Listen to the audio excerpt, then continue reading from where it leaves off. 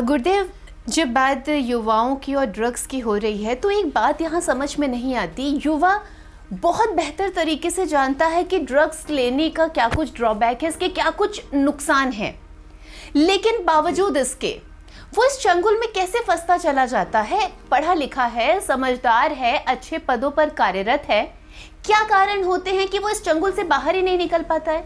Beautiful.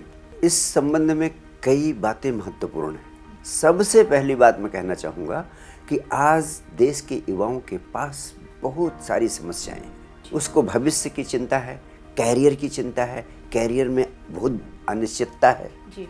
इसके अलावा relationships की प्रॉब्लम्स भी युवाओं में बहुत तेजी से फैल रही हैं जी। आर्थिक समस्याएं भी युवाओं के जीवन में हैं और इसके अलावा तमाम तरह की व्यक्तिगत समस्याएं उसे घेरे रहती हैं। 24 घंटे में कोई ना कोई समस्या उसे घेरे रहती है, वो उन समस्याओं का शिकार है। ऐसी परिस्थितियों में ड्रिंक एंड ड्रग्स एक ऐसे साधन के रूप में वह इस्तेमाल करने लगता है जिससे उसे कुछ समय के लिए विश्राम मिल जाता है, वो कुछ समय के लिए अपनी समस्याओं को भूल जाता है। इन परिस्थितियों में एक बेहद सुखद स्थिति उसे अनुभव होती है और जिंदगी की वास्तविक परिस्थितियों का सामना न कर पाने के कारण उसके भीतर एक पलायनवादी वृत्ति पैदा हो जाती है। यह ड्रिंक और ड्रग्स की शरण में जाना इस पलायनवादी वृत्ति का स्वाभाविक परिणाम है। दूसरा महत्वपूर्ण कारण यह है जिसे हम पीयर प्रेशर कह सकते हैं। उसके साथी हैं, मित्र हैं, वे सारे लोग अपने को प्रगतिवादी मानते हैं और ऐसा मानसिक भावनात्मक प्रेशर डालते हैं कि उस समय ड्रिंक या ड्रग्स को लेना उसकी मजबूरी हो जाती है। इस प्रकार पीयर प्रेशर के कारण भी युवाओं में यह बीमारी बहुत तेजी से फैल रही है। और तीसरा कारण होता है, हर युवा के अंदर एक उत्सुकता होती है कि मैं भी कम से कम एक बार करके देख लूं। ये है क्या चीज़? ये है क्या चीज़? वास्तव में ये कैसा फील होता है जी। वास्तव में इसका अनुभव कैसा होता है जी। जैसे आप कहीं जाते हैं और वहाँ की जो सबसे महत्वपूर्ण, उस क्षेत्र की सबसे महत्वपूर्ण प्रोडक्ट हो, तो आपके मन में होता है कि हम यहाँ आए हैं और यहाँ की इस प्रोडक्ट को हमने नहीं अनुभव किया तो फिर हम वंचित हो जाएंगे, आना व्यर्थ हो जाएगा, आना व्यर्थ हो जाएगा। तो फियर ऑफ मिसिंग आउट, जिसको फोमो कहते हैं जी।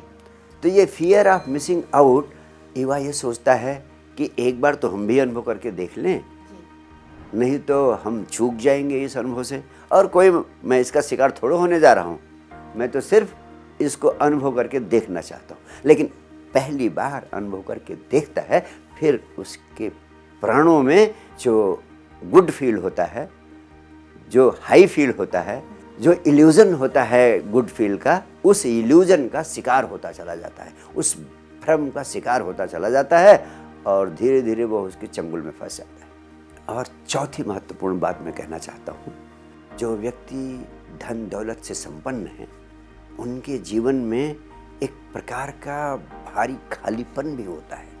वे सोचते हैं सब कुछ तो है हमारे पास, सारी सुख सुविधा, धन दौलत जितना चाहिए वो उपलब्ध, अब आनंदित होने के लिए और क्या कर सकते हैं। उस और अधिक आनंद की तलाश में उनके पास सेक्स, ड्रिंक्स एंड ड्रग्स के अलावा कुछ बचता नहीं। तो सेक्स, ड्रिंक्स एंड ड्रग्स, इसके चक्कर में वे लग जाते हैं और पहले दिन से ही ड्रिंक्स एंड ड्रग्स में उनको जो तथाकथित प्लेजर मिलता है, जो तथाकथित हाई फील होता है, वही उनको इस बीमारी का शिकार होने का कारण बन जाता है।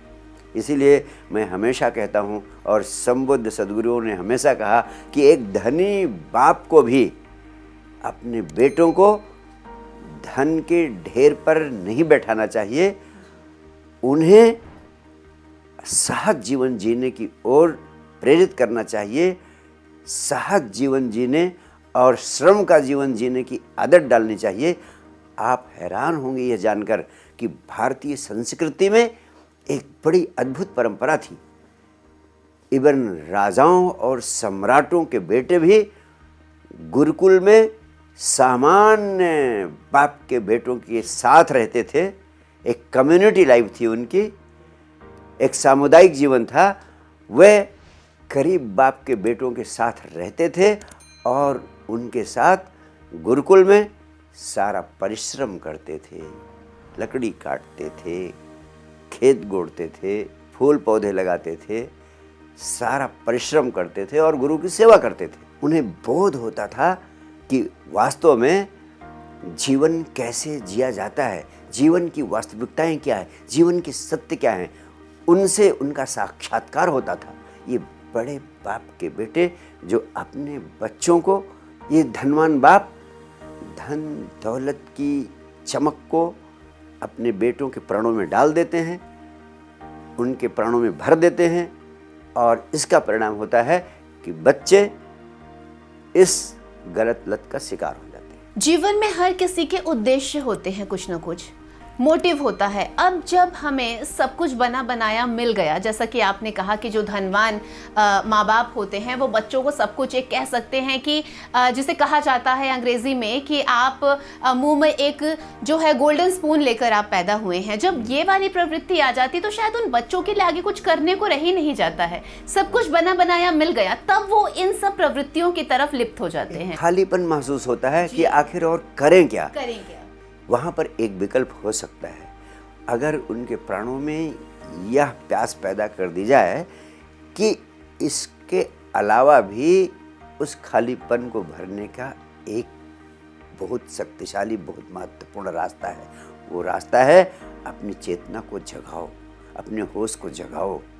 अगर ये सत्य उनके प्राणों में प्रतिष्ठित कर दिया जाए तब वो इस आध्यात्मिक दिशा में ध्यान के माध्यम से सक्रिय हो सकते हैं और एक अधिक गहरे स्वाद को, एक अधिक गहरे आनंद को उपलब्ध हो सकते हैं जो शराब और ड्रग्स के द्वारा दिए जाने वाले आनंद की तुलना में कई गुना अधिक है। लेकिन इसके लिए भी उनको संस्कारित नहीं किया जाता है, इस दिशा में भी उन्हें सक्रिय नहीं किया जाता है।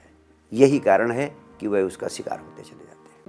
अगर आप भी साइंस डिवाइन फाउंडेशन के साथ जुड़ना चाहते हैं और आपको हमारे वीडियोस पसंद आ रही हैं, तो आप चैनल को लाइक, शेयर और सब्सक्राइब करना ना भूलें।